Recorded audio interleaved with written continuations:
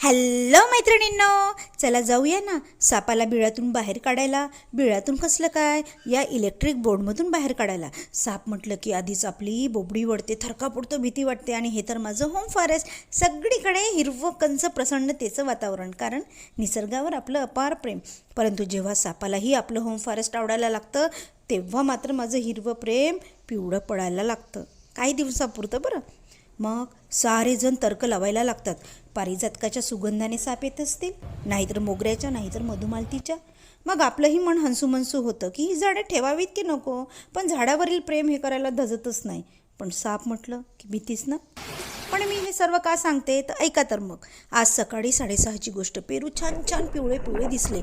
आकोटी घेतली आणि पेरू तोडले आणि रोजच्या जागेवर आकोटी ठेवायला गेले तर ह्या इलेक्ट्रिक होलमधून तोंड काढून जीभ फडफडताना एक जीव दिसला. आधी विश्वासच बसे ना, ही पाल आहे की घोरपड की साप. पण त्याची जीभ आणि निमुळत्या तोंडाची ठेवण बघून साफ आहे हे मी नक्की ओळखलं. आणि मग मोठ्याने ओरडले. माझ्या पतीला बोलवलं, शेजारी पाजारांना बोलवलं आणि सर्वांनी पटापट सर्पमित्राला फोन करायला सुरुवात केली. पण मग 6:30 म्हणता म्हणता 7 वाजले. सकाळची वेळ, बिचारे तेही झोपून, आणि कोणीही फोन उचले ना. मग तो साप कुठे जाईल म्हणून मी 9 वाजेपर्यंत त्या सापाला राखत बसले. मग काही वेळाने माझी मैत्रीण सुमैयाने सर्पमित्र पाठवला. पण हे सर्व होत असताना माझे पती अजिबात विश्वास ठेवायला खाली नाही की तू या होलमध्ये साप जाऊ शकत नाही आणि तुला भास झाला असेल वगैरे. पण मग लगेचच सर्पमित्र आला आणि सर्पमित्राने साप आहेच हे नक्की केले आणि माझा जीव भांड्यात पडला.